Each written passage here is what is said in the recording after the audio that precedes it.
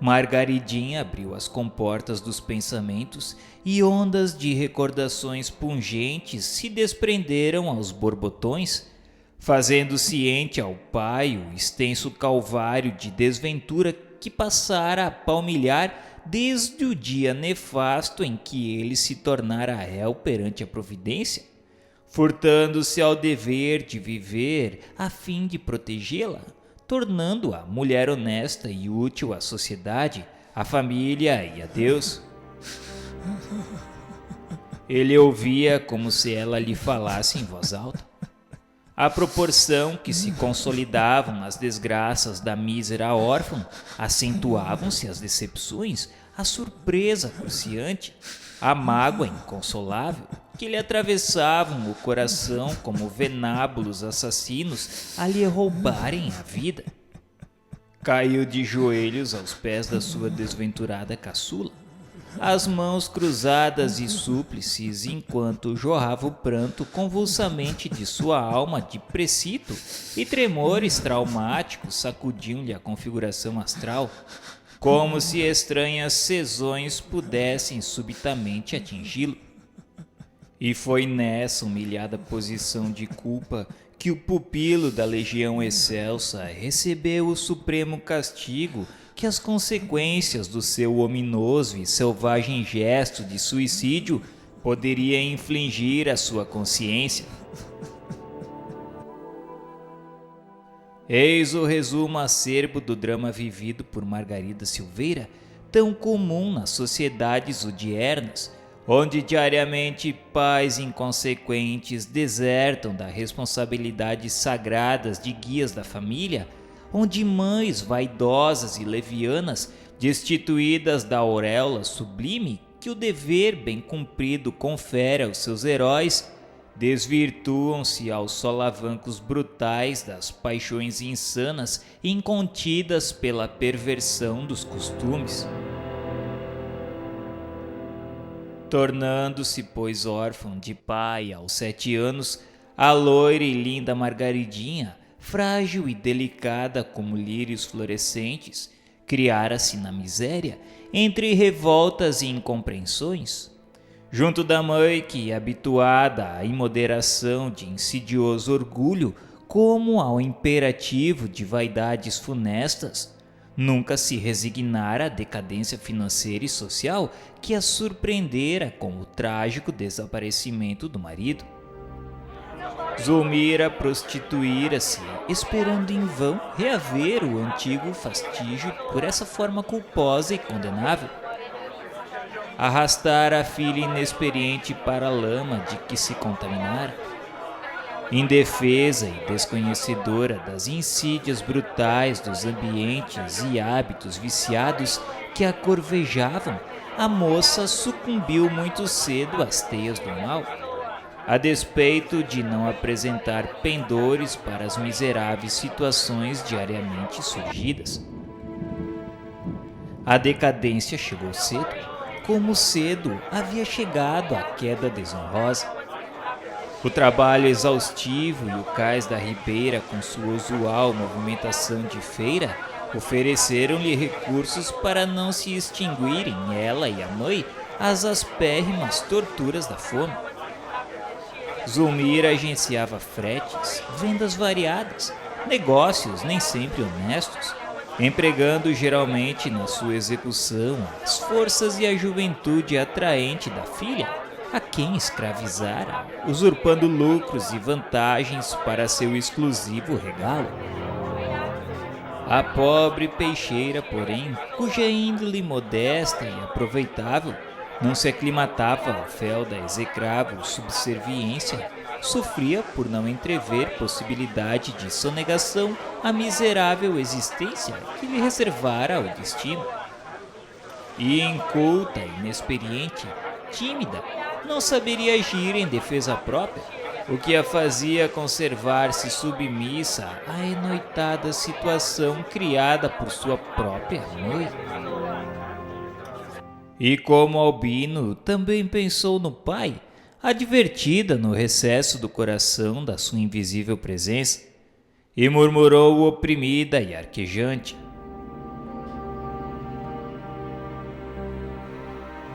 Que falta tão grande tu me fazes, ó meu querido e saudoso pai.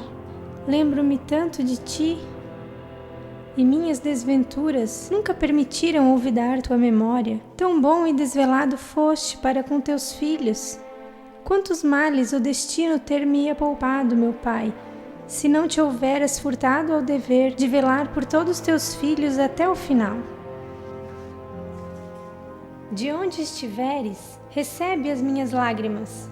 Perdoa a peçonha que sobre teu nome involuntariamente lancei, e compadece-te das minhas ignóbeis desditas, ajudando-me a desentraçar-me deste espinheiro cruciante que me sufoca, sem que nenhuma fulguração de esperança libertadora venha encorajar-me.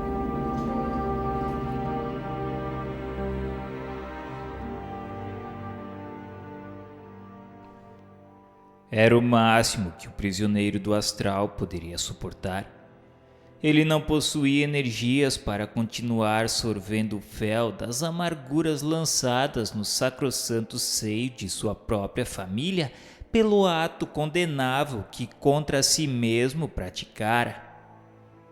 Ouvindo os lamentos da desgraçada filha, a quem tanto estremecia, sentiu-se abominavelmente ferido na mais delicada profundeza do seu coração paternal, onde infernais clamores de remorsos repercutiam violentamente, acordando em suas entranhas espirituais a dor inconsolável, a dor redentora da mais sincera compaixão que poderia experimentar. Desesperando-se na impossibilidade de prestar à filhinha infeliz socorro imediato, de falar-lhe ao menos, insuflando ânimo à sua alma com o consolo de sua presença, ou aconselhando-a, Jerônimo avolumou o padrão dos desatinos que lhe eram comuns e entregou-se à alucinação, completamente influenciado pela loucura da inconformidade. Acorreram os lanceiros a imperceptível sinal de Ramiro de Guzmán. Cercaram-no, protegendo-o contra o perigo de possível evasão, afastando-o apressadamente. Conduído em face dos infortúnios da jovem Margarida, Ramiro, que fora homem, fora pai e tivera uma filha muito amada, porventura mais infeliz ainda, aproximou-se carinhosamente e, pousando em sua fronte as mãos protetoras, transmitiu-lhe ao ser suaves eflúvios magnéticos confortativos e encorajadores. Margaridinha procurou o leito e adormeceu profundamente sob a bênção paternal do servo de Maria. Enquanto o suicida, debatendo-se entre o choro e o ranger de dentes, suplicava que o deixassem socorrer de qualquer modo a filha ignobilmente ultrajada. Dominando-o, entretanto, com energia, a fim de que por um momento procurasse raciocinar, Ramiro de Guzmán, com firmeza e autoridade, deu um basta naqueles desatinos, pois Jerônimo havia atingido o máximo de desobediência e voluntariedade que a comitiva poderia aceitar. Tentou explicar que ele, Jerônimo, nada poderia fazer em benefício de seus filhos, enquanto não conquistasse as qualidades para tanto imprescindíveis. Esclareceu ainda que tanto Margarida quanto Albino, em lutas com provações aspérrimas, sucumbiriam fatalmente ao suicídio como ele mesmo, se permanecesse junto deles, influenciando suas indefesas sensibilidades com as vibrações funestas que lhe eram próprias. Era melhor partir, regressar ao hospital. Ou desejaria ainda ele, porventura, sondar os passos de Marieta e de Arinda? Chocando-se como que sob a ação de forças renovadoras, o precito obteve um momento de trégua contra si mesmo, a fim de ponderar alguns instantes. sacudiu as desesperadoras alucinações que lhe cegavam o raciocínio e respondeu resoluto: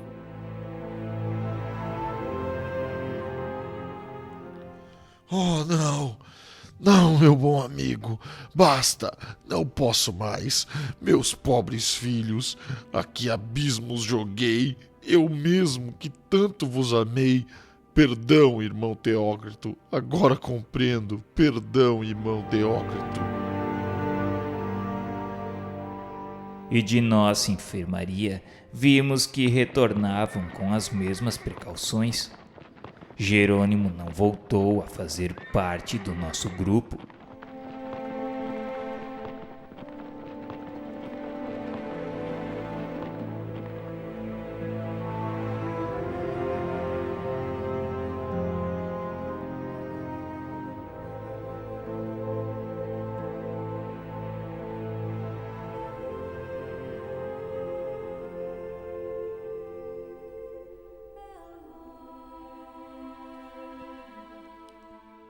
O segundo acontecimento que, a par do que acabamos de narrar, impôs-se marcando etapa decisiva em nossos destinos, teve início no honroso convite que recebemos da diretoria do hospital para assistirmos a uma reunião acadêmica de estudos e experimentações psíquicas. Como sabemos, Jerônimo negara-se a anuir ao convite e por isso, na tarde daquele mesmo dia em que visitara a família, enquanto nos dirigíamos à sede do departamento a fim de a ela assistir, ele, presa de desolação profunda, de supremo desconforto, solicitava a presença de um sacerdote, pois confessava-se católico romano e seus sentimentos impeliam a necessidade de assim se aconselhar e reconfortar-se, a fim de revigorar a fé no poder divino e serenar o coração que, como nunca, sentia despedaçado. Aqueceu o magnânimo orientador do departamento hospitalar, compreendendo que no espírito do ex-mercador português soava o momento de dealbar para o progresso, e que, dados os princípios religiosos que esposava, aos quais se apegava intransigentemente, a seu próprio benefício seria prudente que a palavra, que mais respeito e confiança lhe inspirasse, fosse a mesma que o preparasse para a adaptação à vida espiritual e às suas transformações. Na legião dos servos de Maria e até mesmo nos serviços da colônia que nos abrigava, existiam espíritos eminentes que em existências pregressas haviam envergado a alva sacerdotal, honrando-a de ações enobrecedoras, inspiradas nas fontes fúlgidas dos sacrossantos exemplos do divino pegureiro. Dentre vários que colaboravam nos serviços educativos no instituto a que nos temos reportado, destacava-se o padre Miguel de Santarém, servo de Maria, discípulo respeitoso e humilde das doutrinas consagradas no alto do Calvário. Era ele o diretor do isolamento, instituição que, como sabemos, anexa ao Hospital Maria de Nazaré, exercia métodos educativos severos, mantendo inalterável disciplina por hospedar em seus domínios apenas individualidades recalcitrantes, prejudicadas por excessivos prejuízos terrenos ou endurecidas nos preconceitos insidiosos e nas mágoas muito ardentes do coração.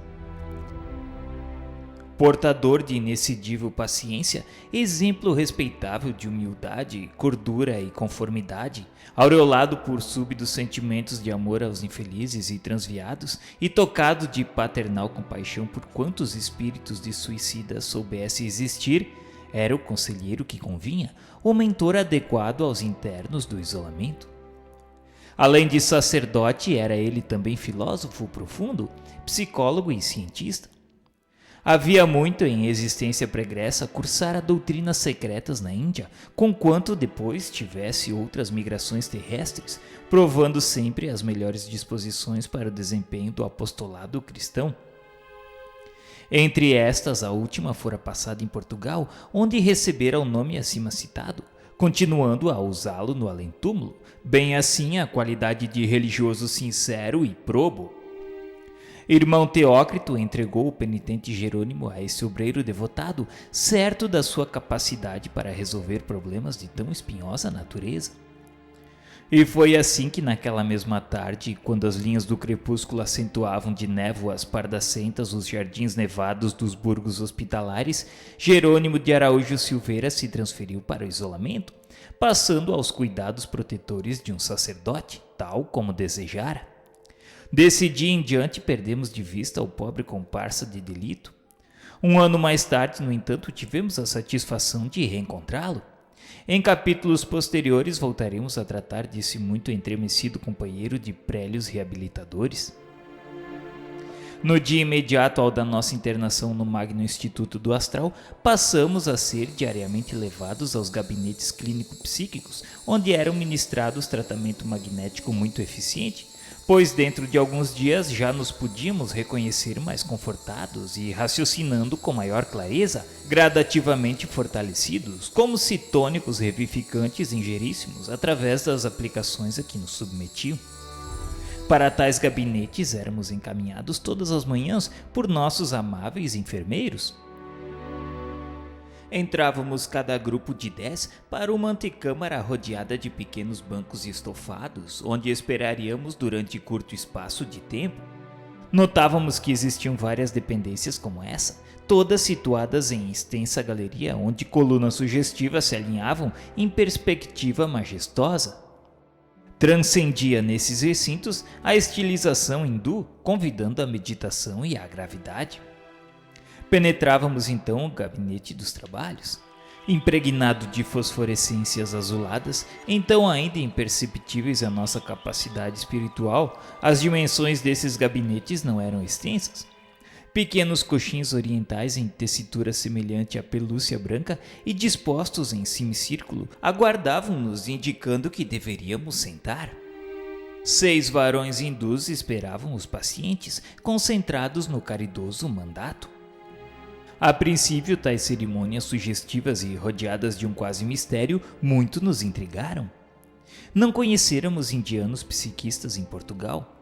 Tampouco fôramos aplicados a estudos e exames de natureza transcendental. Eis, todavia, que nos surpreendíamos agora sob a dependência e proteção de uma falange de iniciados orientais, a cuja existência real não déramos jamais, senão relativo crédito, por se nos afigurar excessivamente mística e lendária. O ambiente que agora contemplávamos, porém impregnado de unção religiosa, a qual atuava poderosamente sobre nossas faculdades, linificando-as ao impulso de religioso fervor, imprimia tão profundas e atraentes impressões em nossos espíritos, que atordoados no seio do seu ineditismo, julgávamos sonhar.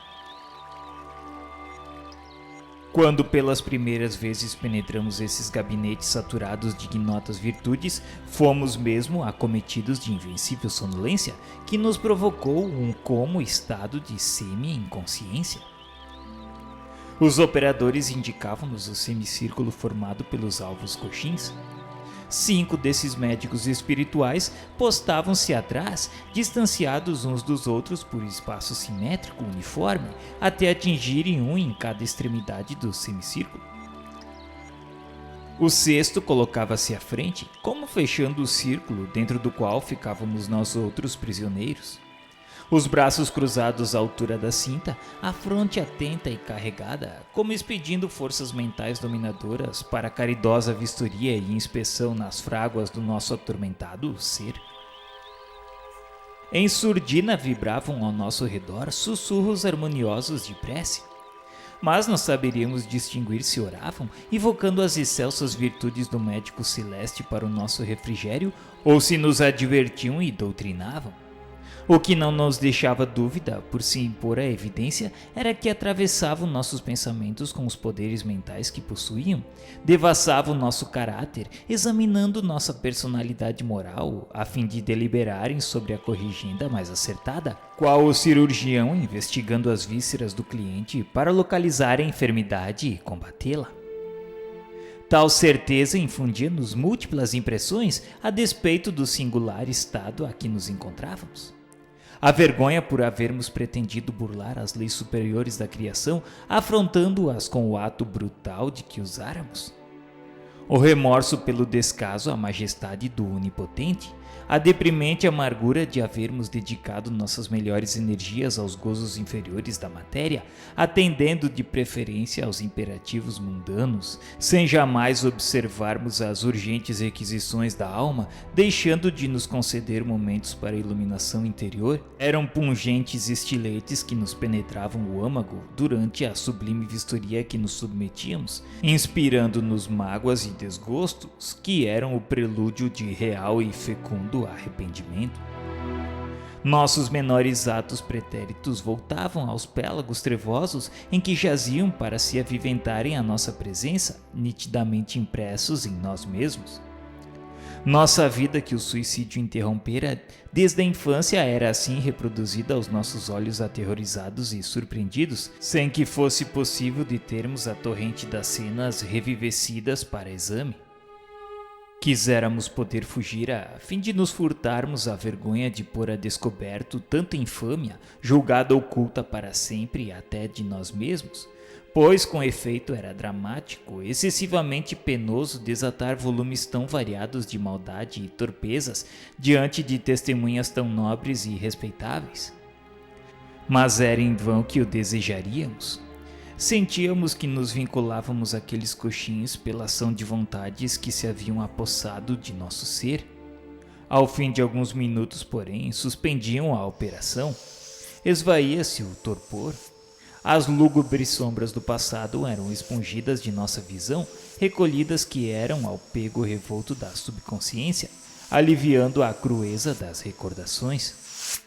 Então a fronte carregada do operador serenava qual arco-íris e alino, e um ar de amorosa compaixão derramava-se por suas atitudes, e aproximando-se espalmava sobre nossas cabeças as mãos níveas, enquanto os 5 demais assistentes o acompanhavam nos gestos e nas expressões.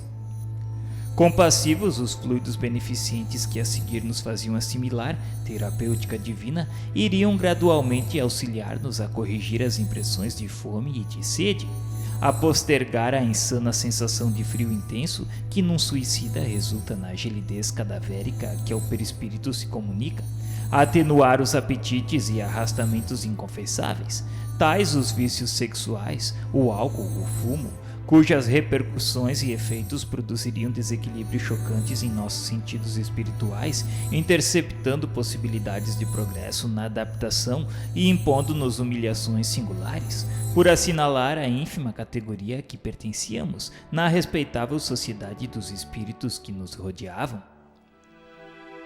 Entre os esforços que nos sugeriam empreender, destacava-se o exercício da educação mental no tocante à necessidade de varrer das nossas impressões o dramático e apavorante hábito, tornado trejeito nervoso e alucinado, de nos socorrermos a nós próprios, na ânsia contumaz de nos aliviarmos do sofrimento físico que o gênero de morte provocara. Como ficou explicado, havia aqueles que se preocupavam em estancar hemorragias. Havia os enforcados a se debaterem de quando em quando, porfiando no esforço ilusório de se desfazerem dos farrapos de cordas ou trapos que lhes pendiam do pescoço. Os afogados bracejando contra as correntes que os haviam arrastado para o fundo.